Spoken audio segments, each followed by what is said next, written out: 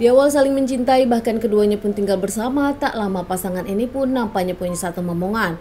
Tak mendapat restu dari kedua keluarga perempuan, karena sering cekcok sang wanita lebih memilih putus, namun berujung sang lelaki tak terima hingga menjadi permasalahan hukum.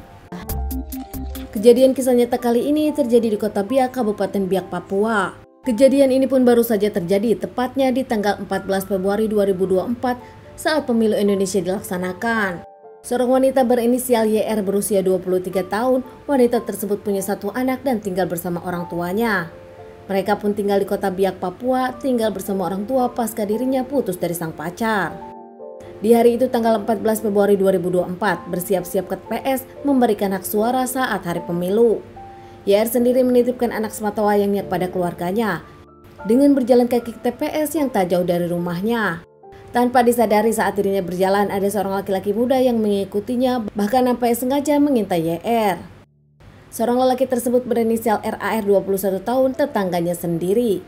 RAR sendiri baru saja melakukan pemilu lebih dulu. RAR melihat YR di TPS, tak lama dirinya pun pulang untuk mengambil senjata tajam dari rumahnya. Kembali lagi ke TPS, saat melihat YR di balik suara, dirinya pun langsung mengikuti dan masuk ke ruang TPS tersebut. RAR masuk lewat kain tenda belakang, menikam YR beberapa kali dengan senjata tajam, hingga akhirnya YR pun terjatuh dengan banyak cairan merah. Para warga dan panitia TPS pun nampak kaget, langsung membawa YR ke rumah sakit untuk mendapatkan pertolongan, namun nampaknya saat perjalanan YS pun menghembuskan napas terakhirnya. Melaporkan kejadian ini kepada pihak yang berwajib, jasad YR sendiri dibawa ke rumah sakit untuk dilakukan otopsi. Sementara pelaku RAR sudah melarikan diri dan dirinya bersembunyi di rumahnya. Pihak kepolisian pun interogasi keluarga dan juga orang-orang di TKP, hingga akhirnya pihak yang berwajib melakukan pengejaran dan penangkapan kepada RAR sebagai pelaku. RAR pun diamankan di rumahnya sendiri tanpa perlawanan. RAR akhirnya mengakui kalau dirinya lah pelakunya. Bahkan saat itu RAR pun menyebutkan dirinya punya motif yang jelas sakit hati kepada YS dan juga keluarganya.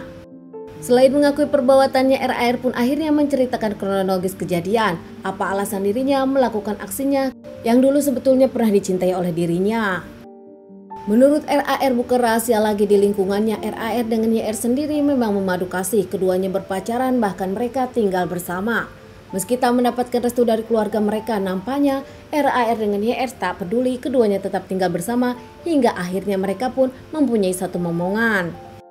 Setelah tinggal bersama bahkan dengan satu anak, kehidupannya nampak tak mulus seperti yang direncanakan. Kehidupan yang selalu romantis tak seperti yang diharapkan, keduanya pun kerap cekcok. Apalagi nampaknya YS mulai menyadari tak mendapat restu dari orang tuanya membuat kehidupannya susah. Sering cekcoknya mereka membuat mereka memilih jalan putus dan YR pun akhirnya meninggalkan RAR. Meninggalkan RAR dan YS pun pulang ke rumah orang tuanya membawa anak sematawayangnya. Buntut dari perpisahan mereka membuat RAR tak bisa lagi bertemu dengan anak sematawayangnya dan merasa dihalang-halangi. Dendam kepada YS dan keluarganya, akhirnya RAR pun mengambil tindakan dengan merencanakan perbuatan ini.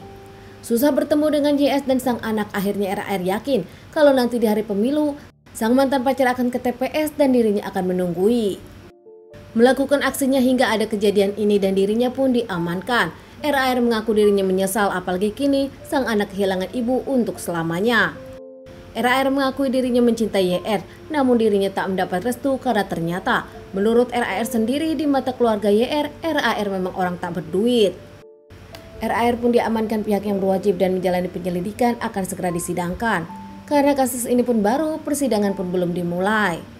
Sementara menurut keluarga YR, tak mendapat restunya RAR dengan YR terkait pekerjaan dan keduanya masih muda. Apalagi menurut keluarga dari YR, RAR dikenal sebagai lelaki yang temperamen dan kerap marah-marah kepada YR saat keinginan atau sesuatu yang tak pas dengan dirinya. Keluarga pun tak menyangka RAR melakukan tindakan ini kepada YR. Anak sematawayang dari YR kini diurus keluarga YR dan mereka pun mengaku tak mau memaafkan YR yang melakukan kejadian ini kepada sang anak. Dari kejadian ini banyak yang kaget, pasangan ini yang selalu terlihat romantis bahkan menentang kedua keluarga dan tinggal bersama, namun berujung permasalahan hukum. Teman-teman, sekian dulu bahasan kasus yang aku bawakan kali ini. Semoga ini bisa dijadikan pelajaran untuk kita semua dan ditunggu bahasan kasus-kasus selanjutnya.